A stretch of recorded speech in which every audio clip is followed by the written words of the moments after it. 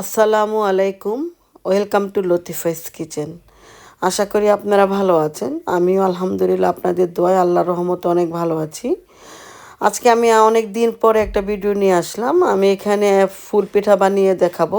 এটা রাইস প্যাকেটের, rice ফ্লাওয়ারের packet, 2 কেজির প্যাকেট এখানে। তো এখান থেকে আমি 1 কেজি নিব। নিয়ে এখানে এক সামান্য পরিমাণ লবণ, মানে যেটুকু লবণ লাগে পরিমাণ মতো লবণ আমি দিয়ে দিব। দিয়ে খুব ভালোভাবে মিশিয়ে নিব। এই ফুল পিঠাটা আমাদের নরসিংদীতে অনেক ফেমাস। আমরা ঈদের মধ্যে তো এটা অবশ্যই করি। সো আমি রোজার মধ্যে করেছিলাম ঈদের জন্যই। ভাবলাম আপনাদের জন্য একটু ভিডিও করে রাখি, যে পরে শেয়ার করব। তো এটাকে আমি ভালো করে মিশিয়ে নিচ্ছি। মিশিয়ে এখানে আমি বড় করে একটা বল, আপনার আমার হাতে যতটুকু বড় হয় ওইটুকু পরিমাণ আমি বল করে নিয়েছি। এবং ওইটাকে আমি গরম পানিতে দিয়ে দেবো। আমি একটা পাতিলে ফুটন্ত গরম পানি করে রেখেছি, এবং পানি ফোটার জন্য বসিয়ে দিয়েছিলাম, যেহেতু আমি আপনাদেরকে দেখাতে ভুলে গেছি। জাস্ট পানিতে আমি কিছুই দিই না, পানিটা আমি একদম ফুটন্ত গরম করে ওইখানে আমি বলগুলো ছেড়ে দিয়েছি। যদি পানিটা ঠিকমতো গরম না হয় আর আপনি ছেড়ে দেন, তাহলে কিন্তু ক্ষয়ে যাবে পুরাটাই। আমার এখানে অনেকটা ক্ষয়ে ক্ষয়ে আসছে, তার কারণ হচ্ছে যে আমার এটা কিনা গুড়ি, শুকনো একদম। আপনারা চাইলে যখন আপনারা করে নেবেন নিজেরা, তখন আর এরকম শুকনো থাকবে না, ক্ষয়ে যায়। আর ক্ষয়ে গেলেও সমস্যা নেই, আপনি সব উঠিয়ে নিতে পারবেন। সো আমি বলগুলি 10 মিনিটের মতো সিদ্ধ করে আমি উঠিয়ে নিয়েছি, এবং একটা গ্লাসের পিছনের সাইড দিয়ে ভেঙে নিচ্ছি। আপনারা মেশার দিয়েও করতে পারেন। আমি কারণ যেহেতু অনেক গরম, এবং আপনাকে গরম গরম অবস্থায় করতে হবে, আপনি রেখে দিলে ওটা দানা বেঁধে যাবে। সেজন্য গরম গরম অবস্থায় করেছি। আমি ওই যে পাতিল আমি ফুটন্ত পানি করেছিলাম ওইখান থেকে উঠিয়ে উঠিয়ে আমি একদম ভালো করে একটা দোল বানিয়ে নিয়েছি, এবং এটা দেখতে পাচ্ছেন সফটনেস। এখন এটাকে আমি ঢেকে দিব একটা টাওয়েল দিয়ে। টাওয়েলটা ভিজিয়ে আমি ঢেকে দিয়েছি, এবং চারদিক দিয়ে সুন্দরভাবে ঢেকে ভিজিয়ে দিবেন, যাতে উপরে শক্ত একটা রেয়ার না আসে। তো এখন আমি চলে যাব কি কি লাগবে সেটা ম্যানেজ করার জন্য। তো এটাকে আমি যতক্ষণ বানাবো একদম শেষ পর্যন্ত আমি টাওয়াল দিয়ে ভিজিয়ে রাখবো। এটাকে আমি খুলবো না টাওয়াল থেকে। এখানে একটা বাটিতে আমি রেগুলার সয়াবিন তেল, যেটা আমি রান্না করার তেল, যেটা ওটা নিয়েছি। তার মধ্যে আমি হিজাব বাজার যে পিন থাকে সেগুলো আমি নিয়েছি, এবং এটা কিন্তু নতুন, আমি প্যাকেট থেকে খুলে নিয়েছি, আমার ইউজ করা না। আর চিরুনি, যেটা আমরা ইউজ করতাম না, এটা আমি অবশ্য কিনে এনেছিলাম জাস্ট পিঠা বানানোর জন্য। তো ওইটা আমি কেটে নিয়েছি। আপনারা ইচ্ছা করলে সুই বেঁধেও নিতে পারেন, বাট চিরুনি দিয়ে সুন্দর করে অঙ্কন করা যায়। বাংলাদেশে তো আমরা করি খেজুর কাটা দিয়ে, তারপরে সাইডগুলো কাটার জন্য বিভিন্ন রকমের টিন থাকে, ওগুলাকে কেটে নেই। বাট ওটা যেহেতু আমাদের নাই, আমি যা আছে তা দিয়েই চেষ্টা করেছি। সো আমি এখন পিঠা বানাই, এতটুকু মোটা করে আমি বানিয়েছি রুটিটাকে। রুটি আপনাকে গোল করতে হবে না, কারণ আপনি তো এটাকে অঙ্কন করে কেটেই ফেলবেন। সো আপনাকে এটা নিয়ে টেনশন করতে হবে না যে রুটি গোল হচ্ছে না। শুধু দেখতে হবে থিকনেসটা, আপনাকে এতটুকুই মোটা করতে হবে, তার চাইতে বেশি চিকন করতে যাবেন না, তাহলে বাঁচতে গেলে ভেঙে যাবে। আমরা তো নর্মালি বাংলাদেশে যখন করি, নিচে আমি দেই হচ্ছে কলা পাতা, আমরা সবাই কলা পাতা দিয়ে তারপরে করি। যেহেতু এখানে আমি কলা পাতা ম্যানেজ করতে পারিনি, সেজন্য আমি পলিথিন একটা ব্যাগ দিয়েছি, যে ব্রেড বানিয়ে যে আপনারা রাখেন, বা বিভিন্ন কিছু রেখে যে আপনারা ফ্রিজে আমরা রাখি, সেই ধরনের একটা ব্যাগ আমি, প্লাস্টিক ব্যাগ আমি দিয়েছি, দিয়ে আমি অঙ্কন করেছি। আর অঙ্কন আপনারা যা খুশি তা করতে পারেন, যা আপনাদের ইচ্ছে হয় তাই করতে পারবেন, এটাতে কোনো সমস্যা নেই। সমস্যা হচ্ছে কাটাগুলো শেখা, আপনাকে কিভাবে কাটতে হবে, বিভিন্ন রকমের কাটিং জানতে হবে। আর ওইগুলো অবশ্য আপনাকে সামনে থেকে দেখেই শিখতে হবে। ভিডিও থেকে আসলে পুরোপুরিভাবে দেখানো সম্ভব না, ওটাকে জাস্ট আপনি আইডিয়া করে নেবেন, এবং বাসায় একবার দুইবার একটু করবেন, করতে করতেই দেখবেন যে হয়ে গেছে। আমি যদিও দেশ থেকে বহু বছর আগে এসেছি, আমি অনেক ধরনের অঙ্কন বা কাটা ভুলেও গেছি। যতটুকু আমার মাথায় ছিল তা দিয়ে আমি করেছি, কারণ আমি প্রতি ঈদেই একটু করি। আমি তা একটু পিন দিয়ে করেছি, তো যার কারণে বারবার লেগে যাচ্ছে, যার কারণে আমি কি করি, বারবার একটু তেলের মধ্যে ভিজিয়ে, এবং আমার একটা আঙ্গুল, অন্য হাতের একটা আঙ্গুল কিন্তু আমি ইউজ করছি, যেটা উঠে না আসে একদম, মানে লেগে গিয়ে পিনের সাথে ওটা উঠে না আসে। সেই জন্য আমি মাঝে মধ্যে আমার ওই আঙ্গুলটাকে সাথে অন্য হাতের আঙ্গুলটাকে ইউজ করছি। সো এভাবে আপনারা অবশ্য করতে করতেই শিখবেন। প্রথমে একটু একটু করে করেন, তারপরে দেখতে দেখতে দেখবেন হয়ে যাবে, করতে করতে হয়ে যাবে ইনশাল্লাহ। এটা আমাদের নরসিংদীর দিকে খুবই ফেমাস একটা পিঠা। ঈদের মধ্যে তো এই পিঠা হবেই। এটা গরিব আর বড়লোক বলতে কথা নাই। অনেক সময় দেখা যায় গরিবরাও চাল জোগাড় করে অল্প করে হলে একটু নিজেরা বানানোর চেষ্টা করে। সো আমি এই পিঠাটাকে যেভাবে কাটছি তো দেখতে পাচ্ছেন, আমি চেষ্টা করছি অন্য হাত দিয়ে একটু ধরে ধরে। যদিও সমস্যা হচ্ছিল, বাট শখের পিঠা একটু তো শখ করে করতে হচ্ছে। বাচ্চাদেরকে নিয়ে খাবো। আর নতুন আত্মীয় ছিল, ফ্রেন্ডসরা ছিল, তাদেরকেও দিব। তাদের খুব, আমার ফ্রেন্ডসদের খুবই পছন্দের পিঠা। আলহামদুলিল্লাহ, যে নতুন আত্মীয় ছিল তাদেরকে দেওয়ার পরে তারাও খুব পছন্দ করেছে। খুবই বলছিল ফোন করে যে আপা অসম্ভব মজা ছিল। যাই হোক, আমি চেষ্টা করেছি যেভাবে আমি করি।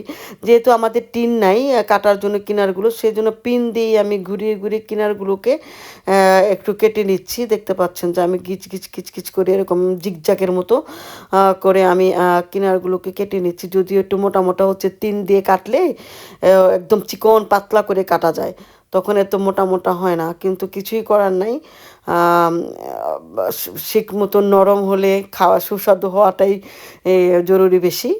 যেহেতু নাই, কিছু করার নেই, সেটা নিয়ে মাথা না ঘামিয়ে যা আছে তা দিয়েই করলাম। আপনারা যদি ম্যানেজ করতে পারেন টিনের কাটা, আমি টিনের কৌটা থেকে কেটে নিতে পারতাম, যেসব আমরা বিভিন্ন কৌটার জিনিস কিনে নিয়ে আসি। বাট আমি প্রচণ্ড ভয় পাই এইসব টিন কাটাকাটি থেকে।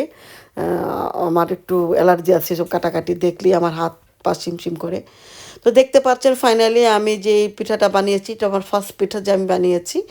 সো এরকম করে আমি অনেক পিঠা বানিয়ে নিয়েছি। এখন ভাজার পালা। যদিও বানানো শেষ হয়নি, কিন্তু ভাবছি যে কিছু অনেক হয়ে গেছে, কিছু বাছতে দিয়ে দিই, আর কিছু এক সাইডে আমি বানাতে থাকবো।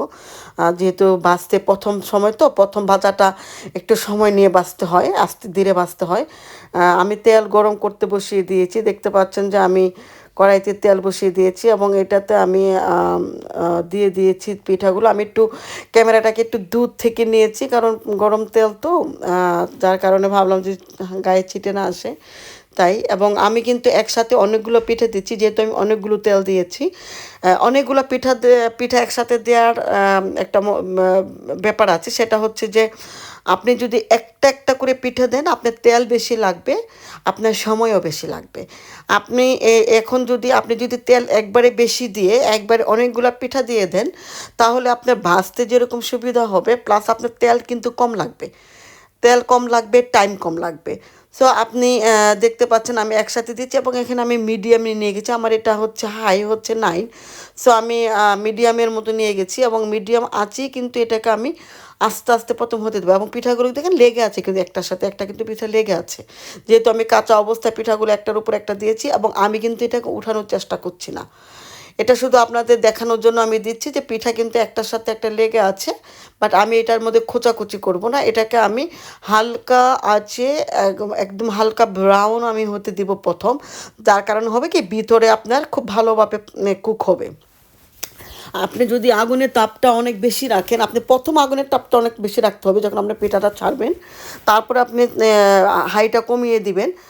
যখন নাকি এটা হয়ে আসবে, তখন দেখেন নাড়া দেওয়ার সাথে সাথে কিন্তু পিঠাগুলো হয়ে আসছে, খুলে যাচ্ছে। আর আপনি যদি কাঁচা অবস্থায়, নরম থাকা অবস্থায় যদি ট্রাই করতে যেতেন, তাহলে এটা ভেঙে যেত। যেহেতু এটা ব্রাউন হয়ে আসছে, তখন আমি এটাকে খুলে দিয়েছি। কারণ অটোমেটিক আপনি দেখবেন যে অটোমেটিকলি যখন আস্তে করে খোঁচা দেবেন, অটোমেটিকলি খুলে আসছে। যদি অটোমেটিক খুলে না আসে, তাহলে আরেকটু পাকতে দিবেন, আরেকটু হইতে দিবেন, আরেকটু ব্রাউন হতে দিবেন। কারণ এই পিঠাগুলো লেগে যায় না, এগুলো খুলে চলে আসে, এগুলো নিয়ে টেনশন করতে হবে না। যার কারণে আপনি একবারে একসাথে অনেকগুলো পিঠা দিতে পারবেন। আমি কিন্তু এখন পিঠাটা একটু হাইতে করে দিয়েছি, যাতে, যেহেতু অলরেডি ভিতর সাইডটা আশা করি হয়ে গেছিলো, যেহেতু একটা দেখতে পাচ্ছেন যে ব্রাউন ব্রাউন ভাব হয়ে গেছে, তার মিন ভিতরে অনেকটা হয়ে গেছে। আর এটা প্রথম ভাজা, পরে তো আমরা আবার রোদে শুকানোর পরে আবার ভাজবো। অনেকেই এখন করে যে একবারে ভেজে ফেলে অনেক, তারপরে গিয়ে আবার করে। তো আপনি দেখেন হাই হিটে আমি এরকম করে একটা ভাজা দিয়েছি, দিয়ে এটা একদম ব্রাউন না, হালকা ব্রাউন হওয়ার পরে আমি পিঠাগুলোকে উঠিয়ে নিচ্ছি। এটাকে পুরাপুরি হাই করব না, পুরাপুরিভাবে ভেজে নিব না, মানে ব্রাউন করে ফেলবো না। যদি আপনি একবারে অনেক ব্রাউন করে ফেলেন, তো সেকেন্ড টাইম যখন আপনি বাছতে যাবেন পিঠাগুলো পুড়ে যাবে, আপনার তিতো লাগবে। সেই জন্য এরকম একটা বাদামি কালার যখন হবে তখন পিঠাগুলোকে আপনি উঠিয়ে ফেলবেন। আমি কতগুলো পিঠে উঠিয়ে আবার অনেকগুলো পিঠে আবার পিঠা নতুন করে দিয়ে দিয়েছি। এখানে আমি যে পিঠাগুলো উঠিয়ে রেখেছি, সে প্রথমবার যে পিঠাগুলো দিয়েছিলাম সেটা আপনাদেরকে দেখাচ্ছি, যে এখানে আমি উঠিয়ে রেখেছি। এখন এরভাবে আমি বাকি সমস্ত পিঠাগুলোকেও ভেজে নিব। এখানে আমার আরও অনেকগুলো পিঠা রয়ে গেছে, এবং পিঠা অবশ্য আমার অন্যগুলো বানানো শেষ হয়ে গেছে। সো এই পিঠাগুলো আছে যেখানে আমি ভাজবো। আপনারা চাইলে পিঠাগুলোর অঙ্কন আরও ছোট করে নিতে পারেন। তো এখানে দেখেন আমি দিচ্ছি, দেখেন পিঠাগুলো কিন্তু আমি খোঁচাখুচি করছি না, একদম নিচ থেকে দেখেন আলগা আলগা অবস্থা হয়ে গেছে, বাট আমি এটাকে নাড়াচাড়া করব না। এটা শুধু আপনাদেরকে দেখানোর জন্য আমি জাস্ট একটু উঠিয়ে দেখাচ্ছি, বাট খুবই সাবধানে উঠে আমি দেখাচ্ছি, আদারওয়াইজ ভেঙে যাবে। সো এগুলাকে আমি এভাবে আগে যেরকম করে ভেজেছি, হালকা মিডিয়াম তাপ দিয়ে আগুন দিয়ে আমি এটাকে ভাজবো। আমি এটাকে টেম্পারেচারটা আগুনের বাড়াবো না, মিডিয়াম আঁচেই করব। এবং যখন নাকি উপরের সাইডগুলো দেখবো সুন্দর একটা হালকা বাদামি হয়েছে, তখন সামান্য একটু আমি আঁচটা বাড়িয়ে দেবো। এই দেখেন আমি পিঠাগুলো ভেজে নিয়েছিলাম, সমস্ত পিঠা, এবং এগুলোকে আমি আমার বেডরুমের জানালার পাশে রেখেছি একটা ট্রেতে দিয়ে। তো এভাবে আমি পিঠাগুলোকে ভেজে শুকিয়ে নিচ্ছি রোদে। এটা আমি একদম ঈদের আগের দিন একদম ফাইনাল ভাজার আগ পর্যন্ত আমি এরকম আমার জানালার পাশে রেখেছিলাম, এবং উল্টিয়ে দিয়েছি, এই পাশ ও পাশ করে, নিচেরটা উপরেরটা নিচে করে করে দিয়ে আমি রোদ, যদিও এখানে তেমন রৌদ্র নাই বললেই চলে, তারপরে যতটুকু ছিল তার মধ্যে এটাকে আমি জানালার পাশে দিয়ে শুকিয়েছি। বাহিরে তো দেওয়ার প্রশ্নই ওঠে না, যখন তখন বৃষ্টি নামে। তো পিঠাটা আমি নাড়াচাড়া করতে গিয়ে একটা পিঠা আমার হাত থেকে ভেঙে গিয়েছিল। সো ওই ভাঙার অংশটাই আমি আপনাদেরকে দেখাচ্ছি। আসলে নরম হয়ে আছে, তো মচমচো হয়ে আছে, যার কারণে একটু পরেই ভেঙে গিয়েছিল। এক সাইড হয়ে একটু পড়েছিল, তাতেই ভেঙে গেছে। তো দেখাচ্ছি আমি যে এই কর্নারটা ভেঙে গেছে এখান থেকে, এই সাইডটা ভেঙে গেছে, সমস্যা নেই, ওটাকেও আমি ভেজে ফেলবো। তো এখন আমি বাজার জন্য নিয়ে আসছি। এটা হচ্ছে ঈদের আগের দিন সন্ধ্যার ভিডিও, যেটা আমি এখন ভাজবো। আমি এখানে আখের গুড় নিয়েছি, আপনারা খেজুরের গুড়টাও নিতে পারেন, বাট আমি এর আগে খেজুরের গুড় দিয়ে করেছিলাম, আমার কাছে মনে হচ্ছিল ওইটা একটু হালকা কেমন জানি তিতো, মানে ভালো লাগেনি, তত বেশি মজা পাইনি, যার কারণে আমি এবার আখের গুড়টা নিয়েছি। তো আলহামদুলিল্লাহ আখের গুড় দিয়ে খুব মজা ছিল, আখের গুড়টা খুব ভালো পড়েছিল। সো এটা আমি নিয়ে এসেছি, এসে আমি এখানে কয়েকটা আখের গুড় একটু পানি দিয়ে বসিয়ে দিয়েছি, যে এটাকে আমি একতার দুই তার করবো না, এটা আমি আপনাকে দেখাবো, জাস্ট এটা আঠানো ভাব হলেই এটাকে আমি বন্ধ করব। তো আমি আপনাদের দেখিয়ে দিব পরে, অ্যাকচুয়ালি আপনারা দেখতে থাকেন পুরো ভিডিওটা, যদিও একটু লম্বা ভিডিও। এখানে আমি তেলটাকে একটু গরম করতে দিয়েছি, এবং অনেক ভালোভাবে গরম করে নিব। এটা যদি আপনি হালকা গরম করেন, তাহলে পিঠাটা দেওয়ার সাথে সাথে পিঠার ভিতর তেল ঢুকে যাবে। সো আপনি একদম তেলটাকে গরম হইতে হবে, যার কারণে আমি প্রথম দেখেন ভাঙা অংশটাই দিয়েছি। এটা যখন একটু লাল হয়ে বেজে আসবে, হয়ে যাবে, তখন আমি বুঝবো যে তেলটা একদম গরম হয়ে গেছে। এটা অবশ্য আমি রোজার মধ্যে যে ভাজা পোড়া একটু করেছিলাম সেই তেলটাই, ওটার মধ্যে আমি আর একটু তেল দিয়েছি, দিয়ে তারপরে এটাকে গরম করতে দিয়েছি পিঠা ভাজার জন্য। এই অন্য পাতিলে আমার গুড়টা দেখেন গলে গেছে একদম। তো এটাকে আমি আরও, এখনও তো পানি দিয়েছিলাম, এটা এখনও পানসা পানসা ভাব আছে। তো এটাকে আমি দেখিয়ে দিব কতটুকু হওয়ার পরে আমি চুলাটা এটার বন্ধ করব। এর মধ্যে কিন্তু আমার দেখেন একদম, মানে ওটা আমি দেখছি যে কখন এটা একদম হয়ে আসবে অংশটা। দেখেন যেভাবে তেল থেকে বাবুল আসছে পিঠাটা থেকে, 10 মিনিট আমার এটা হয়ে গেছে। এখন আমি দেখেন দেওয়ার সাথে সাথেই তেলের মধ্যে একটা বাবলস চলে আসছে, তার মানে আমার তেলটা অনেক গরম ছিল, এবং এরকম গরম তেলেই আপনাকে পিঠাটাকে দিতে হবে। আর আমি আপনাদেরকে একটু সাইড থেকেই বারবার দেখাচ্ছি যখন আমি তেল ইউজ করছি, কারণ আমার স্ট্যান্ডের মধ্যে আমি ভিডিওটা রাখিনি, আমার ফোনটা রাখিনি, আমি এক সাইড থেকেই করছি, এই জন্য আমার এক হাতে আমার ফোনটা। সো ওই জন্য আমি একটু হাতটা আমার দূরে সরিয়ে নিয়েছিলাম। দেখতে পাচ্ছেন কিন্তু যে পিঠাটা যখন আপনি দিবেন গরম তেলে দেখবেন যে একটা নরম ভাব, কিন্তু কিছুক্ষণ পরেই একদম মচমচ একটা শক্ত হয়ে যাবে। এদিক দিয়ে আমার গুড়টাও দেখতে পাচ্ছেন প্রায় হয়ে আসছে, আমি আপনাদেরকে দেখাবো। কারণ গুড়টাকে কিন্তু আমি ঘন করব না, তাহলে কিন্তু শক্ত হয়ে যাবে এবং পিঠাতে ভালোভাবে বসবে না। সো আমি একটা পানসা পানসা ভাব রাখলে কী হবে, যখন আমি পিঠাতে গুড়টা দিব একদম যে আমি যে অঙ্কনগুলো করেছি, যে কাজগুলো করেছি ওটার ভিতরে ভিতরে ফাঁকে ফাঁকে যাবে। দেখতে পাচ্ছেন আমি জাস্ট দেখাচ্ছি আপনাদেরকে, একটা জাস্ট আঠালো ভাব, আর কিচ্ছু না। এখানে কোনো একটার দুইটার বলতে কোনো কিছু না, একটু আঠালো ভাব হয়েছে। আমি গুড়ের যে হাঁড়িটা চুলাটা ছিল ওটাকে আমি বন্ধ করে দিয়েছি এবং আমি চুলাতেই বসিয়ে রেখেছি, যেহেতু চুলাটা গরম থাকলে আর এটাও একটু গরম গরম থাকবে, ওটা শক্ত হয়ে যাবে না, জমে যাবে না। আপনারা চাইলে অবশ্য সামান্য একটু লেবুর জুস দিতে পারেন গুড়টার মধ্যে, জমে যেতে না যায়, বাট আমার দরকার ছিল না। দেখতে পাচ্ছেন পিঠাটা কিন্তু অ্যাকচুয়ালি হয়ে গেছে। বাট অনেক সময় কি হয়, অনেকে যে রাইট সাইডটা দেখে বুঝতে পারে না পিঠাটা হয়েছে কিনা, তো আপনি উল্টা সাইড, আমি আপনাকে দেখাচ্ছি, দেখেন উল্টা সাইডে ব্রাউনটা বেশি বোঝা যাচ্ছে, প্লাস আমি আপনাকে দেখাচ্ছি, দেখবেন স্কিন, এটা সাদা সাদা স্কিনগুলো হালকা একটু একটু করে উঠে আসছে। দ্যাটস মিন আপনার পিঠাটা হয়ে গেছে। আপনারা দেখতে, আমি কাছ থেকে দেখাচ্ছি, দেখেন যে পিঠার স্কিনটা বিভিন্ন জায়গায় হালকা হালকা একটু উঠে মানে সাদা হয়ে ফুসকা যেরকম পড়ে এরকম হয়ে আছে। জাসমিন আমার পিঠাগুলো হয়ে গেছে। তো আমি এখন একটা একটা করে পিঠা উঠিয়ে নিচ্ছি তেল থেকে, এবং গরম অবস্থায় কিন্তু আমি গুড়গুলো দিব। আমার গুড়টা গরম আছে যথেষ্ট, আর আমি পিঠাটা তো মাত্র উঠাচ্ছি, সো পিঠাগুলোও গরম আছে। আমি আগে প্রথম সবগুলো পিঠা উঠাবো, উঠানোর পর আমি নতুন পিঠা আবার ছাড়বো। নতুন পিঠা ছাড়ার পরে আমি ওদিক দিয়ে পিঠা হতে থাকবে, আমি গুড়গুলো দিতে থাকবো। সো আমার প্রথম যে পিঠাগুলো ছিল সেগুলো আমি সব উঠিয়ে নিচ্ছি। দেখতে পাচ্ছেন আমি একটা ট্রেতে নিয়ে নিচ্ছি পিঠাগুলোকে।